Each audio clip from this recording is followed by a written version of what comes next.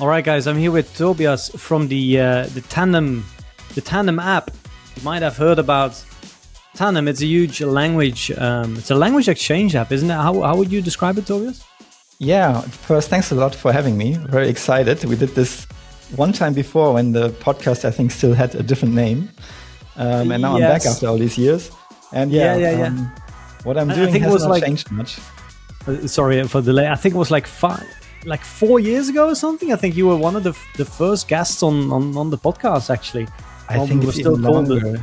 It was like during a lockdown, so it must be 2020 or 2021. Good to see you. Tell us more about Tandem. I think many listeners have heard about the app, but for those who don't know. Yep. So Tandem is a language exchange community. It's a place where you can find other people to practice languages with. Our main products are apps in the App Store and Play Store, and you can download the app, create a profile, tell us which languages you speak, which ones you want to learn. And then we match you with people who are speaking a language you learn, learning a language you speak. The core experience is then a messenger where you can exchange messages, audio messages. You can correct each other. There are some AI-powered tools to help you learn. And we also have group experiences. We call them language parties and language clubs, where you can find opportunities to practice your languages and expose yourself to the languages, immerse into the languages in group scenarios. All right. Want to do a bit of bragging? I mean, how many users do you guys have? I mean, I know it's like in the tens of millions. I mean, it was 4 years ago. Yeah, we are close to approaching the 40 million users mark. Yeah, and then a small percentage of that is paid, I guess, right? It's mostly a free app. Yeah, it's about 10% of our users are on the paid plan. That's how we monetize. It's a so-called freemium subscription model where a lot of the functionality of the app is for free. But if you want to have access to certain features, more visibility in the community, then we have the Tandem Pro subscription, which gives you the much better Tandem experience on a subscription basis. And you are one of the two co-founders. Do I say that correctly? Yep, two co-founders. I founded this with my co-founder. You guys launched over 10 years ago? Yeah, February 2015. So we are more than 11 years old now. All right. So we, that's why I invited Tobias to come here on the podcast. I actually know Tobias probably first met, I don't know, a long time ago, one of the language conferences. And he has been in the game, in the app game for a while. And I originally came from like the world of YouTube and selling online courses. So although we've made lots of progress over the past 2 years, Tobias has been in the game for a much longer time. But I think the main difference between our conversation back then is that there was only one person who had an app in the App Store back then. And now you have an app too. Maybe you also want to introduce and talk a bit about how and why you started Teacher AI and what the journey has been so far. Yeah, so this interview is going to be, it's not going to be an interview, right? This is basically, I had a quick chat with Tobias before this, before we started the recording. And the idea is that we are just going to have a conversation between two friends here building in the same space, right? So yes, I do have questions for Tobias, but Tobias also has some questions for me. So the first question is how I got into building Teacher AI, right? Yeah. How was the journey from being more, I think, more in the consultancy space to then deciding that you want to start your own product? So, I mean, for the people who don't know, like I used to run a YouTube channel myself. And if you go to YouTube and you search for Language Boost, you will find a YouTube channel with old videos of me. I think I uploaded the last video like 8 years ago. But that's basically what I did in my 20s, right?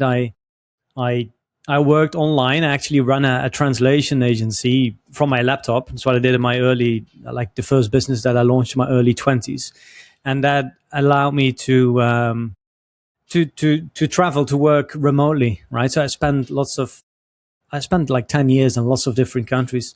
I visited 103 countries in my 20s. I'm 38 now. In my 30s, I only visited one new country, which was Tajikistan last year, actually. I actually reached this milestone a few weeks back. I visited country number 100, but not in my 20s. How many countries there are? Exactly 100 now. I'm exactly at 100. Oh, you are at 100? Yeah. I didn't know that. We need to we need to catch up. We need to exchange some intel there. Wow, congratulations. Okay, so and while I was doing that, while I was working in different countries, I was like, okay, I'm gonna learn the language. I spent a year in China as an exchange student. Actually, 2 years in total. First as an exchange student, then as an intern as well. And I managed to become pretty good at Mandarin Chinese in like 6 months. I was like, hey, maybe I can do this for other languages, right? So moving to different countries, learning the local language, and I was like, yeah, why not document this on YouTube? That's how that's how Language Boost started. And then what do you do when you have an audience? Well, 10 years ago, selling online courses was becoming hot, right? So I started learning more about that, like how are other people doing this, started connecting to other bloggers and other YouTubers, and then learn about online marketing and building courses and then sales funnels and all of that, copywriting, building courses. And then we had all the courses, and I started connecting to other YouTubers who were selling courses online. And then there was one problem that all of them had, and that's people would take their course and they would say, okay, really good course. Now I've learned all this stuff, but now where do I go to practice? Right? And for a very long time, there was not a good answer. I mean, the answer was like, yeah, just go to look for like a tutor on tutoring websites. I mean, there's apps like yours, right? That people still recommend, because languages are the ultimate goal, the ultimate reason why people learn language. Like the ultimate goal is always to practice to talk to a real person, right? So that can either be a language exchange app. It can be like you can go to a local language exchange. You can travel to the country. But there weren't so many, there wasn't any like online, especially one-on-one tutoring was expensive, right? And also like people feel anxious. Like if you only know the basics, like people feel scared to death, like talking to a native speaker. So when 2 years ago, almost 3 years ago, I guess, like OpenAI was released and ChatGPT became a thing, we were like, hey, we built some simple prototype, and we were like, hey, I think this can work as a language tutor, and maybe instead of maybe now we have the technology where we can upload an existing course into some kind of portal that we can build, and then the students can practice the exact same content that they learned in the course, but then like practice their speaking, right, with an AI teacher. It's a long answer, but yeah, that's how we got into building teacher AI, and that's about 2.5 years ago. I think this is our third year now. Yeah, I always find it interesting. What's the starting point? Is it more of an audience with a specific problem you're trying to solve? Is it more the technology that comes up? But it sounds like it's a bit of everything in your case. Yeah, I think we've always been distribution first. At least me personally. I mean, I built, like back in the day, I built an audience of, I don't know, 20, 30,000 subscribers. But that was never really... Yeah, I guess it's a bit of both, actually. I think the teacher AI idea was more like distribution, right? We already have the distribution. Now we just need to build a solution. Yeah.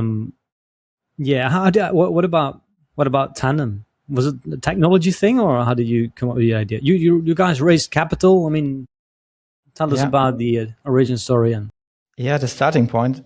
I mean, I think the long version I gave in this older podcast episode, maybe you can link it from the show notes if someone's interested in the full story.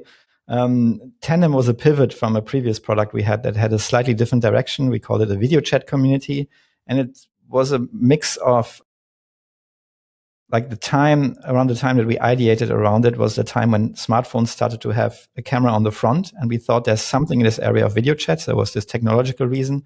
And then for me personally, I was quite active on couch surfing back then. I don't know if anybody still remembers this platform. And I had these great experiences of having conversations with strangers that would turn into friends. And we wanted to mix these two together and enable these experiences for people from their couch, from their sofa, on their mobile phone. That was the starting point of it. Yeah. And do you build the original prototypes yourself? Like when did you know that you wanted to raise capital? Yeah. I mean, when I talk about these times, I sometimes have the feeling I'm giving a history lesson. because of course things work quite differently nowadays, where it's Yeah. so easy to create prototypes. Back then, it wasn't so easy, and often you would raise your first money based on a slide deck or a little product explainer video you would create. And that's what we did back then. We built a prototype, we built one of these explainer videos, and then tried to get our first raise our first money from angel investors. It was also at the time where we were doing social on mobile was really what AI is today, and it was very hot in the whole tech community, and people wouldn't really ask how you would ever make money with it. They would just be interested in building such products and making them big. It was time where Instagram and these apps got big, and were much more. It was much easier to raise money for such an idea than it would be nowadays. Now we're talking about like 10 years ago, right? Yeah, it was like 2012, 2013 in those days. Yeah. So Would you have Tandem been we able, launched in 2015, but we worked on this other product for, I think, almost 3 years before that. would you have been able to launch Tandem without raising capital? I mean, for Tandem, for a community, this community only really has value when there's lots of members in it, at least for the main language combinations. And if we would have needed to charge users from the very beginning to cover our cost, I think it would have grown much, much more slowly. And the money that we raised gave us the opportunity to create the product, but also grow the community and offer the product for free. So to reach a certain critical mass of users that makes the whole community viable and useful. Yeah. Would you still raise capital if you were to launch a new? I guess it really depends on what you were I think launching, it depends right? a lot on the idea. If you can bootstrap it, if there's a very reasonable path to bootstrap it, I would always recommend it, I guess. But of course, also very knowledgeable and great investors that add a lot of value beyond the money. And if you can speed things up with the money, then I would say it's almost always worth it. Yeah. Just taking a look at the notes here of like the topics that could be interesting for our audience that we discuss. Like you've been in the game for 10 years. How is the difference now versus at the beginning? At the beginning, you were growing something new, right? You were building something new, whereas now it's very mature. Is it more about optimizing now, or are you still looking for ways to, I don't know, to double the business or to launch this new feature that's going to change everything? Take us through this journey. Yeah, I would say that's one of the main strategic questions that we ask ourselves on a regular basis. When I think about maturing the business, I think about it primarily through the lens of making it sustainable from different dimensions, making it sustainable technically, to set the foundations right so it's scalable, performance, safe, and not just with a few thousand users, but with millions of users. And then commercially, of course, which was one of our focus areas since we spoke last, to make the business sustainable and make it profitable. Yeah. And then, of course, you also want to double engagement, increase retention, double the signups, double revenue. But often these are trade-offs, and you have to strategically decide what to focus on, because it's often in a business where everything's connected, these are trade-offs. So, for example, when our focus was on monetization, we took some conscious trade-offs that it would hurt engagement, for example, and then it's all about keeping the balance there. Yeah, I guess it just depends on what the goal is at that stage of the business, right? Like last time we briefly talked about like how do you make an app profitable, right? When you already have so many users. Anything you want to share about that? Yeah, of course, always depends a lot on the idea, on finding the business model that works, which also took us years. When we started in 2015, this whole subscription economy wasn't really existing, that you could easily subscribe to an app offering via App Store and Play Store, for example.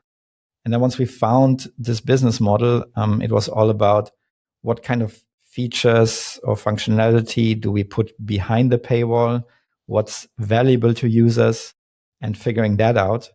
And I think that's different from business to business. Some other businesses, maybe advertising is the main way to monetize, and then you have completely different trade-offs.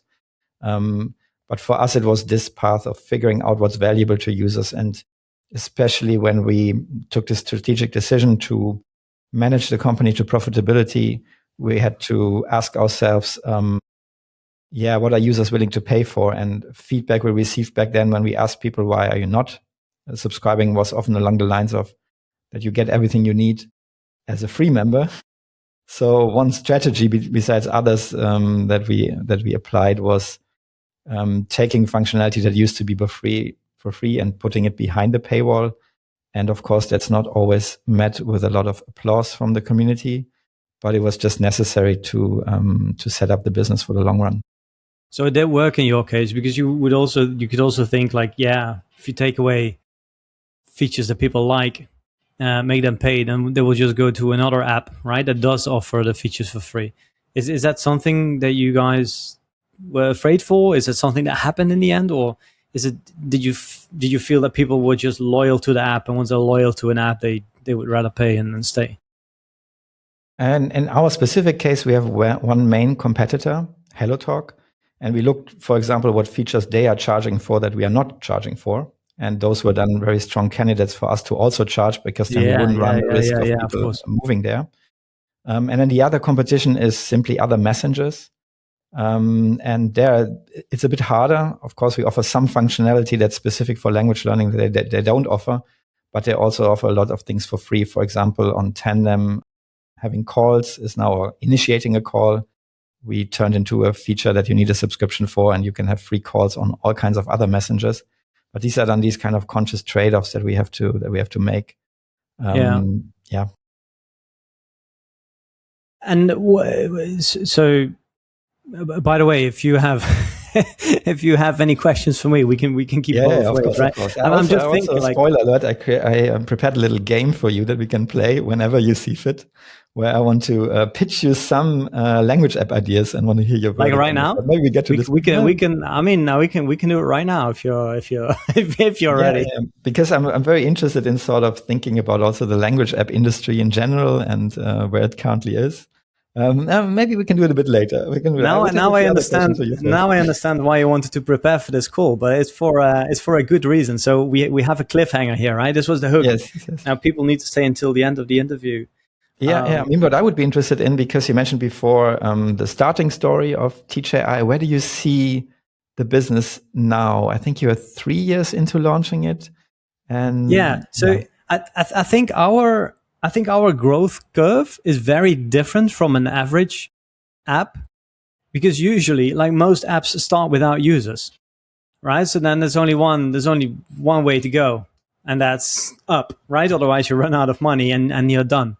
We are seeing kind of the combination between a creator business, an audience first business, whereas now we are more maturing, and actually we are not a creator business anymore. Like we are now, I would say we are a product first business now.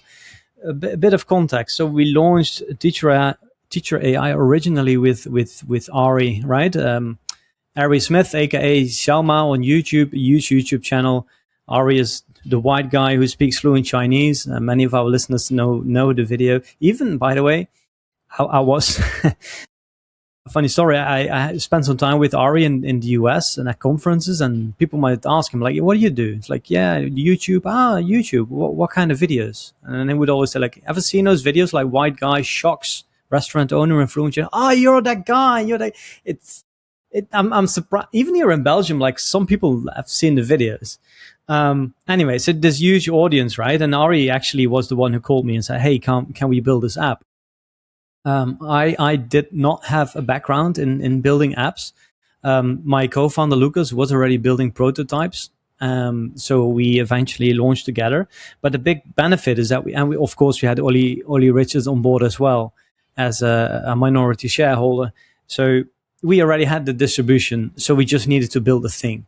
All right. And instead of building the app, we built a very simple prototype. And we basically launched that as in the form of an MVP. And we said, okay, we built this crappy web app. It crashes all the time. it's not very good yet, but we see there's a lot of potential, and we showed some of the things that it could do. And we say, yeah, if you want, you can join us for 6 months, and then we charge. It was not even like, it was quite expensive. I think we said like $150. So then we're going to have this Discord server, and you're going to be able to talk to us directly, and you will help us shape the early version of this product. And we launched that. We sold 100 spots, which brought in, well, 100 times $150, right? It's not much, $15,000, especially 3 years ago. But we worked with like we found a team. Actually, we did build the MVP with the development house in Pakistan that did pretty good work. I mean, it was good value for money. Yeah, and we launched it that way. And then like a few months later, we did a public launch where Ari talked about it on his YouTube channel. And then, yeah, it's like a typical creator business. Like you always make the most amount of money the first time you sell something new, right? So that's what we saw. It's like huge, like 6-figure months, multiple months in a row. If eventually the business calmed down a bit, and also like after the AI and the AI hype was over. I mean, it's still not over, right? But at the beginning, like we were one of the first language tutoring apps, or AI driven language tutoring apps. Also, like we saw much more competition. Also, other influencer partners, like the first time they saw it, they were excited, right? Everybody was talking about it. And then like some of the hype settled down, and also we got more competition. So from there on, we really had to, we couldn't just depend on goodwill from the community and from all these audiences, right? We really had to start thinking, okay, how can we, like, if everybody stopped promoting this app, like how can we make the product so good so that we can grow beyond all those audiences? And yeah, and that's where we are now. I think right now we are very independent, meaning even if there's like no influencer does any promotion this month or next month, like the business will probably keep growing because of B2B partnerships that we have. Also, just because the product is so much better than it was 3 years ago. It's like it's a completely different thing. So yeah, I think I'm not sure if you told me, but I've talked to other apps as well, and they usually see linear growth, right? Ours is pretty stubbornly linear. Yes. Yeah, and then like when you do that for 10 years, then eventually, well, if there is a demand that you're building the right thing, you can build something very sustainable in 10 years. We saw a huge peak at the beginning, and then I think the year after, or like 6 months after the launch, we were probably doing, it was much less revenue than at the beginning. I would say 60%. And then it was stable, and now we're very, very, I think now we're getting into that linear growth, right? That's very slow. And slow, a bit, also a bit frustrating. I know it's part of the game, but yeah, we're always looking for ways to, okay, how can we speed things up? What are some of the things that worked really well that we can do more of? Yeah, looking for the next growth lever, basically. Yeah, is there something you learned along the way, like some kind of also advice you got where you wished you would have gotten it earlier? It would have saved you a lot of time, money, resources. Yeah, I think the biggest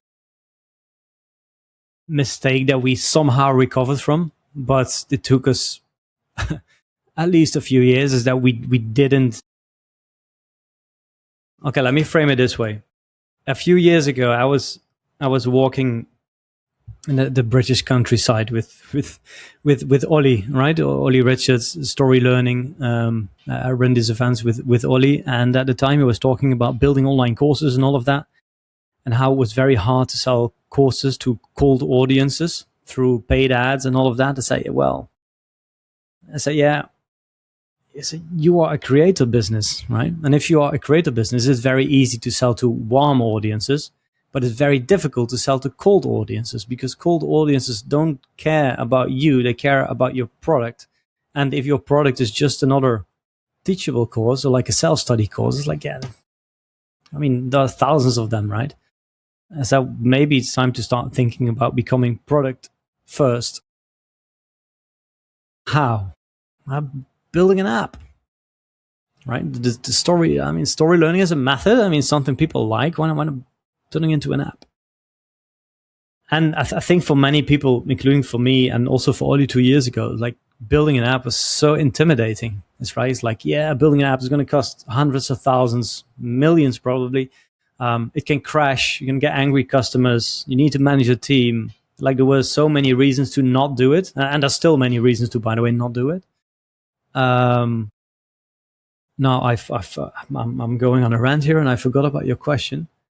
Any advice you've got, or anything you yeah. I said he said, okay, if I was going to build this app, how would I do it? How should I do it? I said, you really need to have a technical co-founder, and we didn't do that. I mean, Lucas is quite technical, and Lucas is a genius, and he can learn everything so fast. It doesn't matter. He can learn Icelandic in a few weeks. He can learn coding, and he can learn everything. But at the beginning, we just work with the development house. And if you are building an app, you can't outsource your web development. You can't work with freelancers. You need to have all the knowledge in house, right? Like if the thing crashes at 4 a.m. on a Tuesday morning, like who's going to wake up and fix the thing? Who's going to do that? Who's going to pick up the phone, and who can do it, right? And that person must be on the team. And I think that this must have ownership, right? And this is probably, I'd heard this before we launched, but now I'm sure that even in the era of vibe coding and all of that, yeah, if you are not technical, vibe coding is great to build prototypes and all of that, but eventually, yeah, you just need someone on board who can take ownership over the technology and the products, right? So that's probably the biggest one. I think you have a technical co-founder, or? We started very early on with a technical co-founder, but then for a couple of years we had a senior backend engineer who was filling that role, and then eventually, I think 5 or 6 years ago, we had our CTO joining us. So I can relate to this to these problems, but yeah, fortunately, we had this base covered quite well for most of the lifetime of the company. Yeah, I mean, nowadays we have a very solid and loyal team, and they're really good. And we also, like, we understand much better. Like, we understand the code much better, and we can run the codes, and we can troubleshoot things, and we have a much better control over the technology. But at the beginning, we had to learn all this stuff, right? So I think it was very risky. I think that almost killed the business, because 4 months after we launched, we had a major crash. And like for a few days, we just had no idea how to recover from it. And I had to send out an email to the mailing list. And I said to all users basically, and I said, we have a really big problem. I said, I'm really sorry. I don't know how we're going to fix this. If you want your money back, just let us know. We give you a refund. And I think just that weekend we gave over, I don't know, it was like $30,000, $40,000, $50,000 in refunds. It was and it was good that we had that money in the bank, right? But the vast majority, I think like 65% stayed with us. And then a few days later, we said, okay, we know what's going wrong. We're gonna rebuild the whole thing. At the same time, we will try to fix what we have. And actually, we managed to fix like the first prototype, the first version. But yeah, we just rebuild the whole thing with a more capable, also much more expensive team. And then eventually we got rid of the V1, and now we're just running on the basically the revamped version. And things have been stable since then. But yeah, without that control over tech, it's like, yeah, you don't have a business. It's just a risky project. So that's definitely the biggest lesson, I think. Yeah. And when it comes to the product, did you also work on features that you thought that would be quite successful, and then people didn't really care about them? Or how do you approach your experimentation there? Just thinking about like what features made the biggest impact, right? I do have to say that every time we come up with this idea and we think like, oh god, this is gonna be it, right? Like this is gonna double the business and this is gonna be so cool. And then we launch the thing and then yeah, people like it and it makes the product a bit better, but like it's not really gonna move the needle business wise or revenue wise. Um, I think so. So we do lots of partnerships, right? I guess like when it comes to revenue or just usage. I think when it comes to usage, is like we like at the beginning the app was very slow, so it would take like 5 seconds, 10 seconds to get a response, like at the beginning, and now it's I don't know less than a second probably.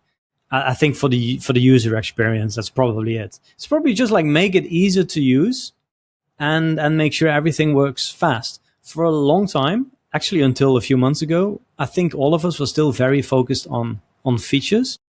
But every time we talk to customers, and many of our customers are older, they say like, "Yeah, we don't need more features. I just want to know how to use the app."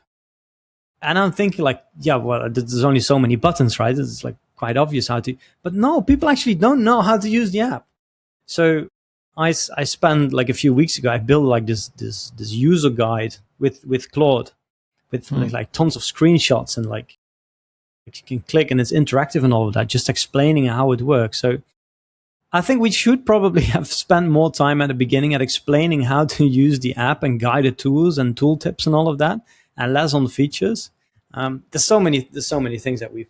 So yeah, I think that's what I'm going to say. Like the most important thing is that you have one main feature, right? For I guess for a language exchange app, it's the ability to find other people who speak the same language and then can chat. I think for Ollie's app, we talked about that as well. It's just like the fact that you can easily generate a story that's interesting for you, and that the stories like that it reuses the words that you are learning. So it's personalized in a way. Sorry? It's personalized in a way. Yeah, that is personalized, and that it like the story gets better over time because it understands your preferences and like what you're struggling with. And for Teacher AI, at the beginning, it was just offering like smooth, easy speaking practice. And I think we for a long time we focused more on features than on actually speed and making it easy to use. We're making a big comeback, but yeah. Any what do you think? You agree? Disagree? Any? Yeah. So I would make a distinction between two types of problems that we are solving with our product. Some are more like user problems, and those I find a bit easier. You can do experimentation, you can test, you can see what resonates with people, you can get early signals before you build the real thing. And of course, all this prototyping got even easier now with the tools available with AI. But then, especially in the time when we were making the business sustainable, we're actually trying to solve business problems of the business and not of the users. Yeah, then you're trying to identify user problems that might also try to help you solve problems of the business, which is usually making more money. Yeah. And in this area, it becomes a bit more murky to place the right bets. Because you have to kind of think around the corner a bit and create features or come up with features that users don't specifically ask you for, but you think they might be so valuable that they would be, for example, willing to subscribe now for our subscription product, while before they wouldn't. And in this area, it's much harder to place the right bets. Yeah, that does. I mean, I guess now we can switch to the topic of what you decide to work on, right? Like, because there's so many choices, right? So one is new features versus refactoring old code, technology debt, right? Or new features versus just making existing features faster, or explain how existing features work with like guided tools or like instructions.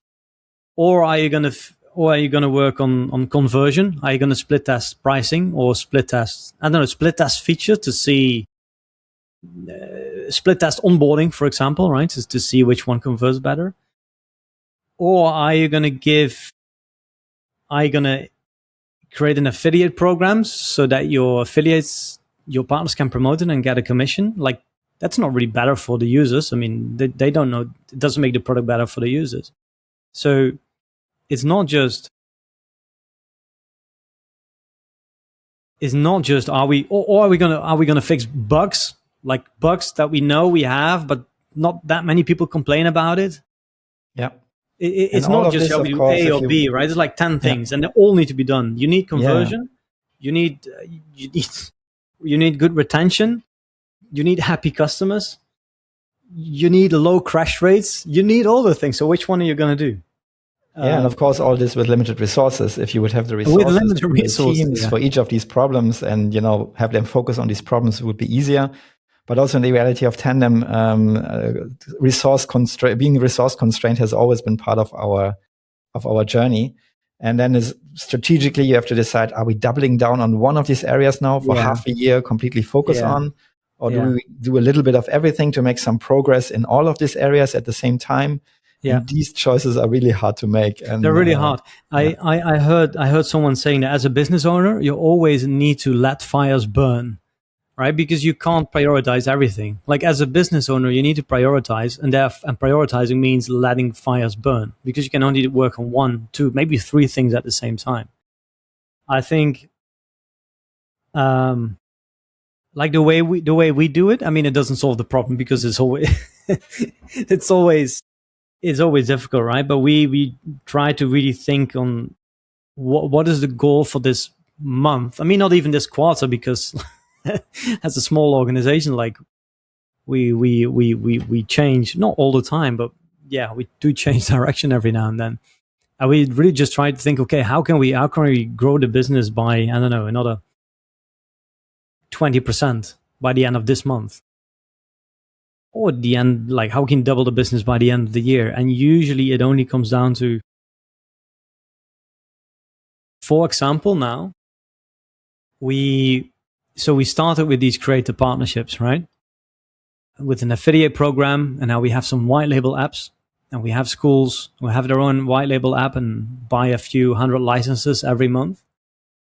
And so we can either like try to run Facebook ads and try to sell 1 subscription of the time, or we try to get hold of the schools and we sell 500 seats at the same time, right? And we believe that like this we have like a school dashboard where the school can log in and they can add and manage students and all of that, and they can see progress of their students. And we feel that that's something that has been working well for the business lately. So how can we do more of that, right? And that means that we need to be compliant with certain privacy policies, right? Like the schools have all kinds of requests, like things they want to be able to do in the teacher dashboard. And then of course there is bugs, but bugs affects everybody. So if we can reproduce the bug, or if we frequently hear about a bug, then we do it anyway. Like we give that priority over new features. It's really difficult to tell how to prioritize. We use ClickUp, and we have all those tasks on the board there, and every day we move things around and we prioritize things. It's never perfect, right? There's always you have to know what is the problem that you are solving, what is the next, what goal are you after. But what's an advantage of being focused on solving one problem for a specific period of time is that you usually have one metric you want to improve, one metric you have to drive, maybe 2, 3 guardrail metrics, because you don't want to ruin a different part of the business. And that already helps. Like if your goal for a certain period of time is growing revenue, you can then rank your ideas, prioritize them by what kind of impact they would have on that metric. While if you have too many goals at the same time, and there's rarely an idea that will improve all of these metrics at the same time, it becomes much more tricky to do the prioritization. At the beginning, one of the metrics for us, like after we launched everything, was churn, right? So because we had no problem selling, but we want to make sure people were happy. And then we kind of fixed churn. It's pretty good now. And then we noticed that the rating in the app stores was quite low, because we never ask for reviews. And then also you get angry people who go to the app store, give you 1-star rating, and then you're only going to have 3-star rating on average, right? So I mean, we made the product better. That's another way to get better reviews, right? So we yes, we improved the product over time, but we also started actively asking for reviews. And then we got the 4.3 star rating. So then we were like, okay, good enough for now. Churn is good. Product is good. How can we sell more? So now we're thinking more about like revenue goals, and more specifically B2B revenue, because that's where that's where we have also traffic. It's related to revenue, right? The more traffic we can get, the more easier it becomes to sell, the more people know about your product. So that's why we have created these iframes that basically anybody with online learning materials, like anybody with an online school, they can now offer their own learning materials, and then they can now add a speaking widget, an iframe, where they can practice the content from the lesson directly in the iframe. And schools can do that for free. Students have access for free. It's like a guest session, so they don't need to log in. And then, of course, it is limited to 7 interactions because, we need to pay for all the tokens, right? But then we say like, okay, that's it for this lesson. If you want more, then sign up for Teacher AI. And if people do sign up, the school actually gets a 30% commission as well. So I guess that was priority for another. I mean, we still very focused on implementing all these iframes because, we think it's a pretty good deal for schools. So that's another way to solve the traffic problem. And then at the same time, I guess we're still not doing one thing at the same time. It's traffic through iframes, but then also pursuing more B2B deals. And they're related, right? Because businesses also want these iframes. So, yeah. So how would you describe your current priorities and the sort of midterm future plans for Teacher AI? So there's one big vision, right? And the big vision is students are already in a language course. They are already enrolled for a language course. It's either an online course or they're going to a language school or just a normal school. So most of the apps are trying to sell directly to the customer through Facebook ads, right? Like if you look at like Practica or Speak. Also because these businesses are heavily, they've raised tons of money, right? So they have VCs behind them and they want to see quick results. And one way to do that is by launching a viral product and then going really hard on ads. And that's how you can reach $1 billion valuation in just a few years, right? I think that's too competitive for us. I don't think we can. We just don't have the capital for that. But the students are already learning somewhere, right? In a language school or an online course. So what product can we build so that we can help the schools facilitating speaking practice and getting better results for their students? Like what kind of platform can we build so that school comes to us? Like we do get a few emails every week from schools say, hey, can we talk about like building a prototype? How can we do more of that? Because if all the schools come to us, then we can eventually also reach millions of students, right? So the distribution has already been done by the schools or online schools. So we just need to build whatever it takes for them to put us in, to introduce the thing that we build, our platform, to their students, right? And that's difficult, but that's what we 1% per day, 1% improvement every single day. And there was one more thing I wanted to say about that. Yeah, so I would like to think about what we are building more of, like speaking infrastructure rather than a language app. Especially, I know I'm going a bit on a rant, but especially now in the days of vibe coding and all of that, I think that everybody will be able to build apps, even like AI tutor apps, relatively easily. So what if, I think that's why we should build infrastructure, just like Stripe, right? Like Stripe or like any marketplace of Facebook. Like you can vibe code your own Facebook, but nobody's going to come, right? Everybody is already on Facebook. So it's about like a marketplace. I mean, your app, like even if I had your code, like where am I going to get my users, right? So I don't think that an app or any SaaS product should never just be code, right? It should be code plus a community like you guys have, plus, I mean, a marketplace is some kind of community, but data is one, right? Plus integration. I mean, that's why we're doing all these iframes now, right? Like they're going to be implemented in the school. Like schools are not just going to switch because we are integrated. And then compliance and yeah, there are a few more pillars, but I would say these are the ones that we are thinking about.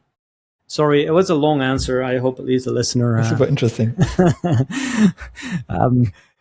Yeah, maybe it's time for a question. Here I see like one of our notes, the state of user acquisition, right? It's something that I just mentioned, like many of the big startups that are running ads. How do you think about user acquisition nowadays? Do you grow organically mostly, Tandem? We grow mostly organically. Unfortunately, doing paid acquisition or performance marketing for us has never really worked out. It has a lot to do with that our value proposition, learn languages, meet new people, make friends around the world, resonates more with younger people who maybe don't have generally the deepest pockets. So our lifetime values have never been really competitive with this of other language learning apps. So what they can pay for a new user, we just can't pay. Our biggest growth channels have always been word of mouth, together with social media, but there's of course also a lot of overlap between the two. The one growth channel that has been growing, unsurprisingly, has been people who find us through LLMs, through Claude, Gemini, ChatGPT. When you asked those on those platforms, how should I learn a language? How would I find opportunities to practice? While SEO has been on a decline, and also people who find us directly through the app stores has been on a decline. So that's the picture from our side. We are also currently pursuing this path of involving language schools into spreading the word about Tandem. And we have one big project there also that's specifically targeting participants of integration courses in Germany. Come here to Germany and go into these integration courses to learn German. And we use this this project to learn more about this market and what's the best model also for the language schools to because we get the feedback from language schools that there's of course time to teach, but often not enough time for students to practice. And it's a bit like the similar value proposition that you have with AI, we have done with connecting you to humans to practice. And we're also offering special language parties. This is our audio rooms for language learners, where they are hosted by tutors, and the content of these courses is in parallel with the content that are taught in these integration courses, and offering opportunities to speak for these participants. But then with the vision to roll this out to every language school in the world is a big vision. So you sound like some of the things that have worked for you are word of mouth, LLMs, and what was the other one? Social media. Social media. So just people talking about it on social media? Yeah, we have our own social media channels where we also made quite some progress in growing our audiences there. It's not always easy. You might have the same experience that usually short form content works kind of best to get attention, but not really super good to get conversions to people actually download the app, because you're simply in this mode of consuming lots of short form content. But most then conversions we get when there are users talking about their Tandem experiences, and then those videos go viral, and then people find us through this. So I guess there's also some kind of word of mouth, but then more digital. Yeah, that's what I meant. There's a certain overlap between word of mouth and social media. But of course, when we ask users, we also hear all of these stories of, I don't know, I was sharing the same hostel room with this person and they told me about Tandem, or my cousin told me about it, or the person sitting next to me on the plane was talking about Tandem. So we get all of these stories as well. But this kind of word of mouth is so fractured that it's also really, really hard to find ways to foster it very effectively from our end. So how do you double down on those growth channels like LLMs, for example? Is there anything that you can do to influence those? Yeah, that's of course a whole topic on its own. What used to be SEO is now, I think there are different acronyms for it, like GEO, for example, Generative Engine Optimization. And there are lots of playbooks for this, but I think it's even more of a black box than SEO used to be. So we are trying, of course, things. We are creating content on our website, for example, that's primarily tailored towards being digested by LLMs and not by real human beings. like super long text that explain every feature and so on. And we tried to apply other tactics there as well, but it's a bit hard to measure what exactly the impact is. We just see we have a survey that was one of the first things to see when you create an account on Tandem. Not everybody sees it. We only have to show to 10%. This is a big enough sample to get the data. And we ask them, how did you hear about Tandem? And we see in the answers that are given there that LLMs are still on the rise. Yeah, I don't know how that works, but I was very excited that a few months ago I was asking something on GPT, and then it started talking about teacher AI. And I said, okay, tell me more about teacher AI. And it gave some really good information, and like it featured a website and all of that. And then I was thinking, so, okay, maybe we should just, because we don't have much information on the website. But then afterwards I built like a page for schools, right? Like for schools where we say that we have integration with schools, and also like this user guide that I just told you about, right, is also just available for anybody on the internet. So I think like one thing that we can do now, and I don't know yet if it works, but if we have something to say, we can just go to Claude or whatever LLM, we can just talk, right? We could say, you can say, by the way, I want to create a page for schools where schools can learn more about what we do, and this is what I should be in, and blah, blah, blah, blah. And then you just go on a rant, and you tell everything that's on your mind. And then I will just go ahead and build the page with you, right? With visuals and the text. That's also how I build this user guide. And then I just put it on the internet, and hopefully the LLM one day will scrape the thing and will learn that we have a white label for schools, for example, or that we have these iframes. So yeah, again, like it's too early, right? We don't know if it works. But since it's so easy to just create build these pages and create the copy, why not just have it on the website there? At least it helps you organize your own thoughts, right? And for people who visit the website, and then maybe LLMs will pick it up as well. Yeah. How about the channels that people find teacher AI through? I mean, you started with this really genius idea, I think, to get these big influencers on board and to get this head start. And I guess traffic also comes through these channels. But how does it work for you? Social media, word of mouth, app stores, SEO, which channel is most successful? So we actually, I wanted to have proper tracking for this, but then it was just going to be too complex. I was like, well, okay, what's the easiest solution? Well, the easiest solution is just to email or to survey your customers, right? So that's what we did. And we did learn that 50% of the people heard from us 50% via YouTube. And then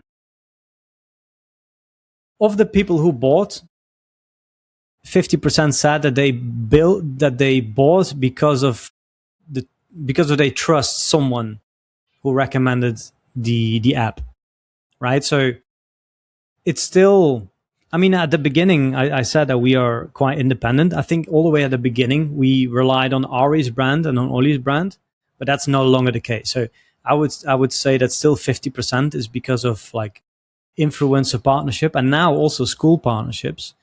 But it's not because of one or two person. It's more like partnerships in general.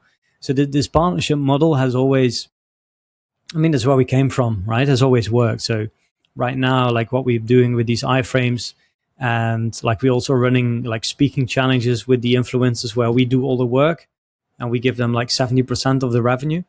So we're trying we're experimenting different ways to double down on those partnerships. And one way that really helps is for a long time we were thinking about, okay, how can we make our product more interesting for people with an audience, right? For influencers or for schools. And the easiest way to make it more attractive for them is to offer them a solution that helps them make more money. Of course. And it's also the most difficult solution. Yeah. Are you still there? Have you tried performance marketing, running ads? Have you tried performance marketing, running advertisement for teachers? Running ads? Yeah, we tried. It did work for a bit, and then it stopped. And then we just needed to keep like updating the creatives and everything. And then at the end, it required so much work and testing. And yeah, it was just so competitive that day. I basically gave up. And then we started investing in other growth channels. I think if we take a few step backs and we look at the big picture, I think it was worth a try, but it's so competitive. I just don't see how we can compete with the big players who are spending, I don't know, tens of thousands per day on these ads. Yeah, I mean, I also do see ads of like smaller apps or newer apps. And I think it can work. Like if you come from, I don't know, you have like a background in running ads, and because I see that like trying new creatives all the time, and I'm actually quite impressed by the ads. But it really needs to be, yeah. You either need to have a huge budget, or like as a founder, like you need to be obsessed about running ads, and then maybe you can outcompete the competition. But I just don't think that's what our strength is. So where do you see the whole market going? Like, what kind of language learning solutions in the digital space do you think will be super obvious in 3 years from now? I mean, this is the question that I ask my guests, right? And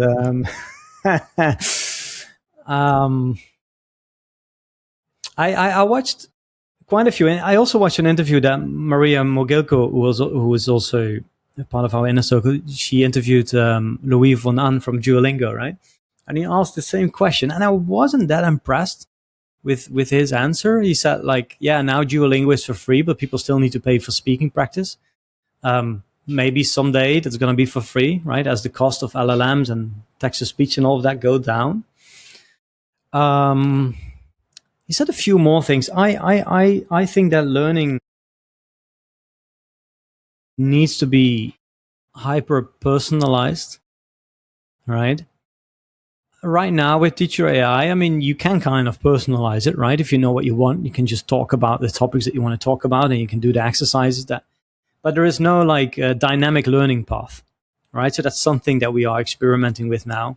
Like, how can we just have like an intro session, and then there's going to be some kind of assessment, and then based on like your learning path is dynamic, and it basically updates all the time depending on what mistakes you make and what your strengths are, what you're interested in.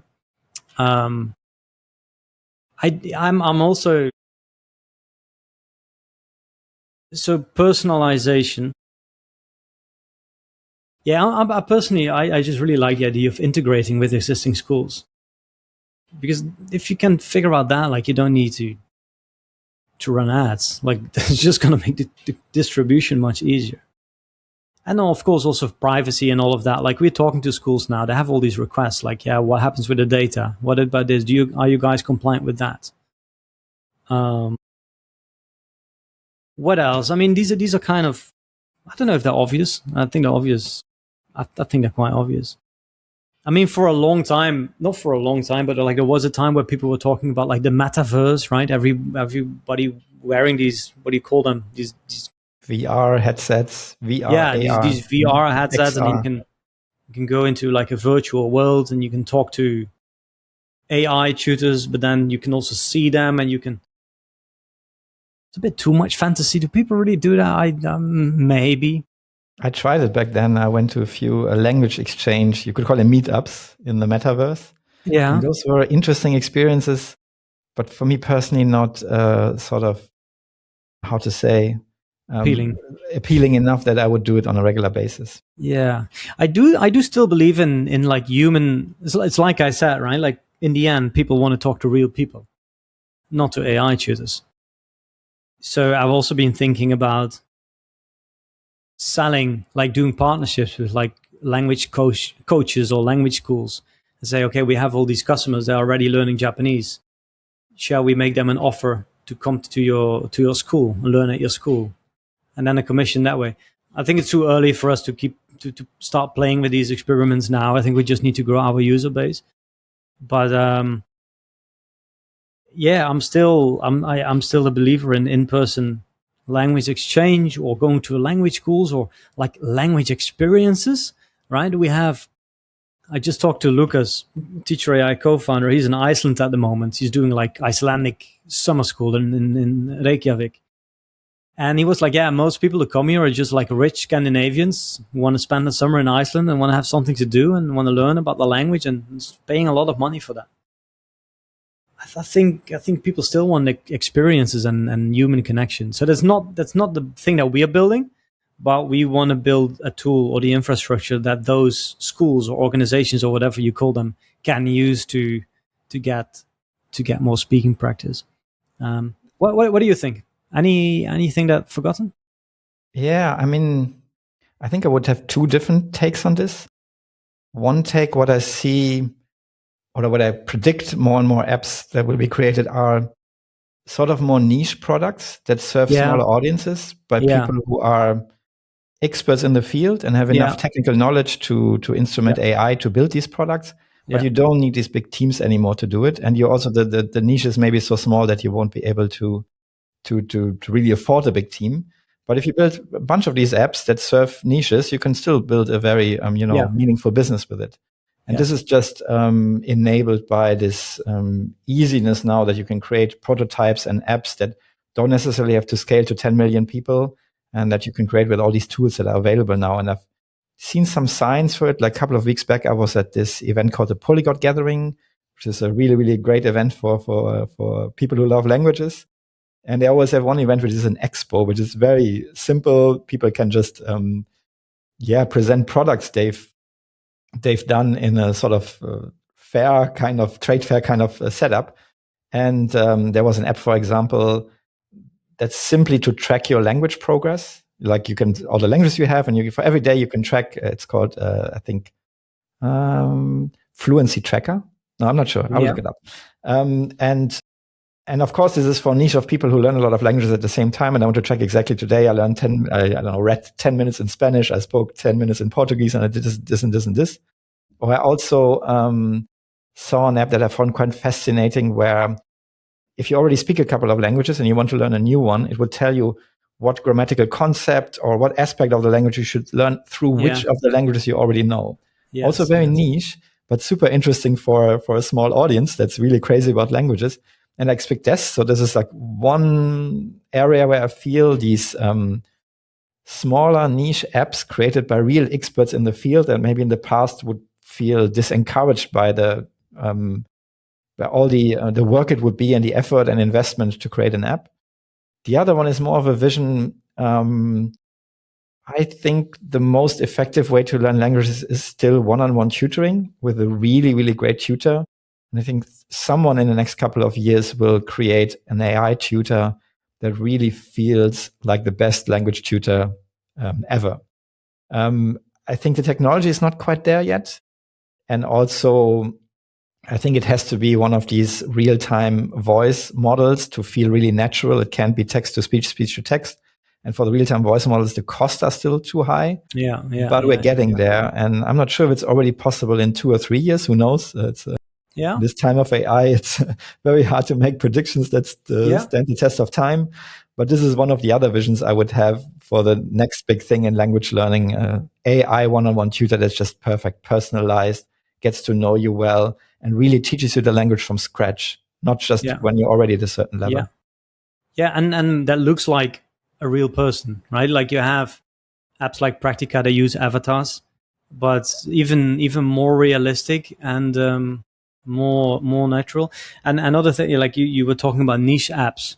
So I told you that Lucas is in Iceland, right? And the for this Icelandic course, and after a few days at that university, he was like, man, this is too slow. I think I can create something better. And then basically he went home and he built like an interactive Icelandic course for beginners with like a building block method, like the way he wanted. And then he started giving like masterclasses or like presentations on like how to learn languages with his method. And he got the support from the local professors. And I mean, he now built this beginner program for Icelandic in just a few days. And I remember back in the day for Language Boost, like it would take us at least 3 months to build like a beginner program for like Spanish or any language, right? And now it's and now it's not just better, like it's better segmented with the help of Claude, of course, but it's also interactive. Like we just had videos or like PowerPoint presentations. And yeah, it could easily turn that into an app, right? An Icelandic app for beginners. Like, so yeah, niche apps. Yeah, I actually just looked it up. Fluency Streak is the app that I mentioned. And another one that comes to mind is T3 by David, who you might also know. It's an app that specializes for learning through text. Also text you can upload yourself, and it breaks it down in all the different words, and you can and then different methods to internalize the text and learn vocabulary and chunks and expressions that way. It's also one of these examples, which I think it maybe even isn't even necessarily a niche app, but has a bit more of a mainstream appeal. Yeah, and then you also see people like Oli, right? Like people who have like their own method. They're like, okay, I have my own method. Why not create a course where people can learn a language with my method? Or maybe you teach them, I don't know, Swahili, like an obscure language. Like now you can just create an app that gives you feedback on, I don't know, Swahili pronunciation. I don't know if the technology is there, but if it's not there, it will be there very soon. Yeah, I think this might be a fitting point to play the game that I prepared for you. All right. Let's. The title of the game is "Would You Do It?" I haven't prepared a jingle, unfortunately. So the idea is that I will pitch you 5 different app ideas. Yeah. And you have 4 different answering options for each of them. Yes. The first one is super awesome idea. Tomorrow I'm going to give up Teach AI. I'm going to focus completely on that idea. It's so brilliant. The second one is maybe a side project, but I wouldn't give up Teach AI for this. Yes. The third one is it's maybe more like a feature and not really deserves its own company. Yeah. And the last one is absolutely not completely crazy, stupid idea. Have you already ranked them for yourself? I would like to compare my answers to your own answers afterwards. I have not. You have not? Well, you can do on the spot then. Okay. So app idea number 1 is a translation app. Yeah. That does not only translate you what someone says, but also what they actually mean. I know this, I'm German, and in Germany, our sort of culture is more that we're more direct than others. And when I'm in other cultures, I sometimes have to decipher what people really mean, because you have to read more between the lines. It has to be a bit more subtle. And this translation app would take this my cultural context into and also the cultural context of the other person. If it's voice translation, it might also read the tone of their voice. So you don't only get the literal translation, but also what this person probably really means.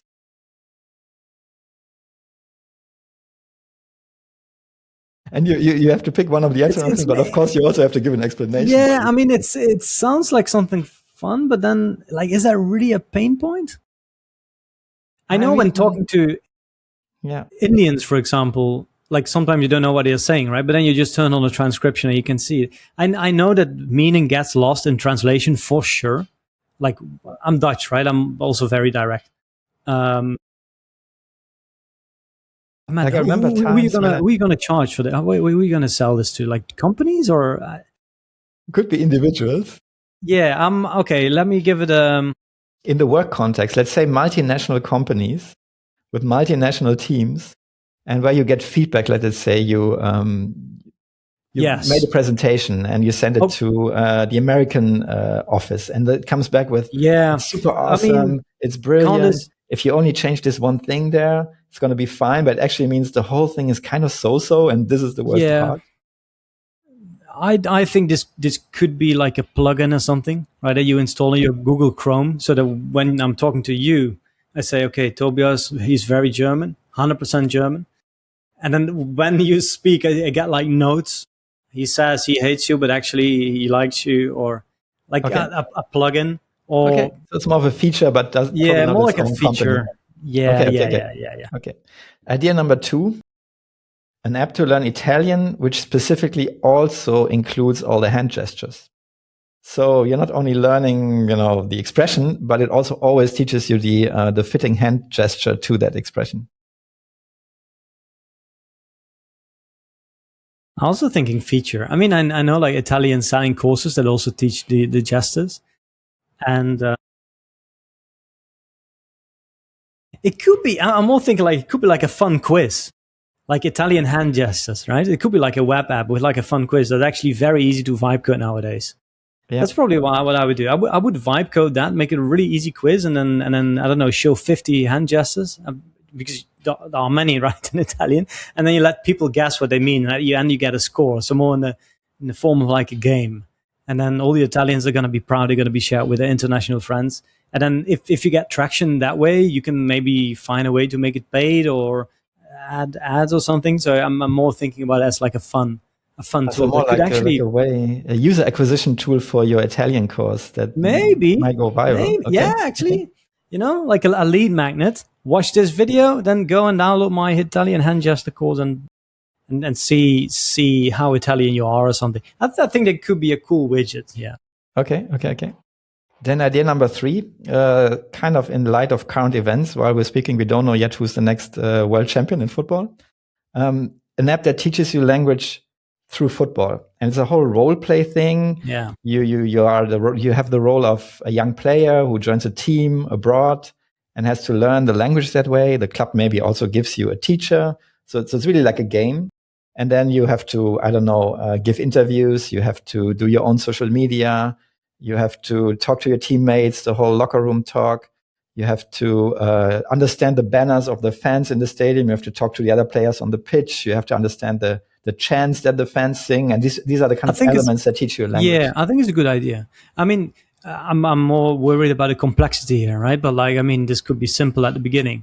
But I do like teaching a language through a very specific angle, and football is huge, right? Especially amongst kids. Like my son is 8. Like if it was enough gamified, I'm pretty sure he would love this. But I think there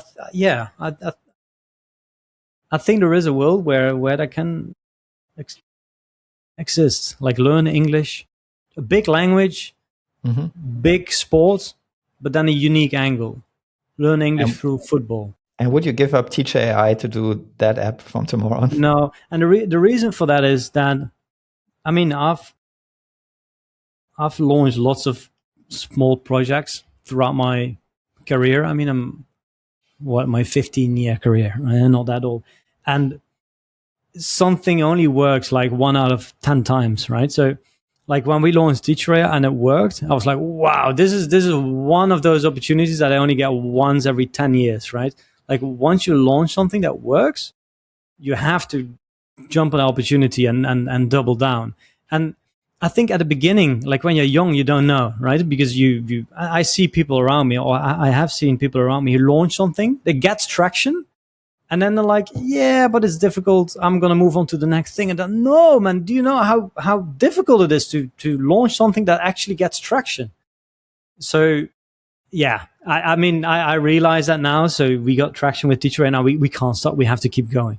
So it's opportunity cost consideration. Yeah, it is opportunity cost. It's just shiny object syndrome. But if you don't have a project and this is something you think you could build, I think, I would love to see how something like this develops. Yeah.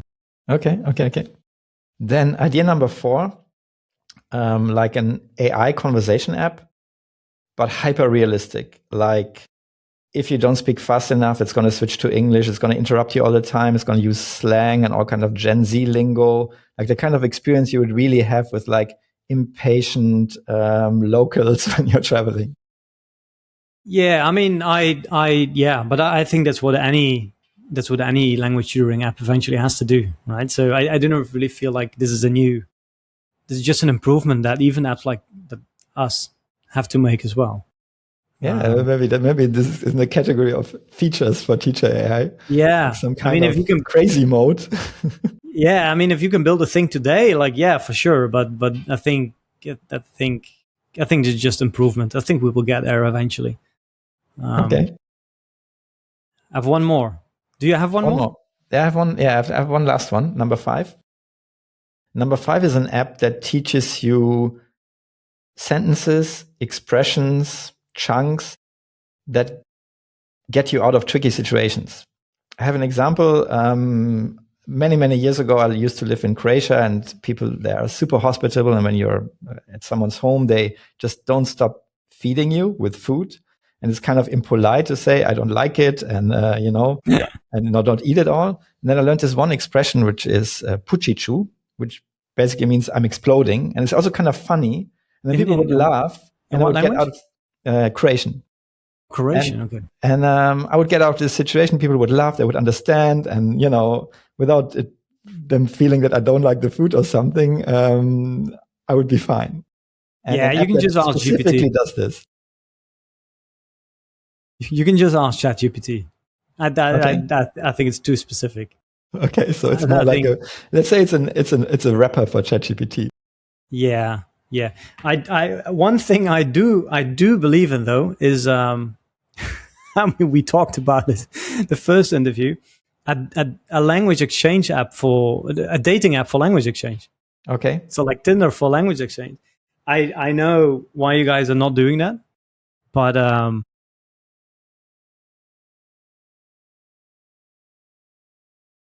I mean, you already see that happening, right? Like my girlfriend is on language exchange apps, including Tandem, and it's like all these guys. It's like, hey, can we talk? Shall we meet?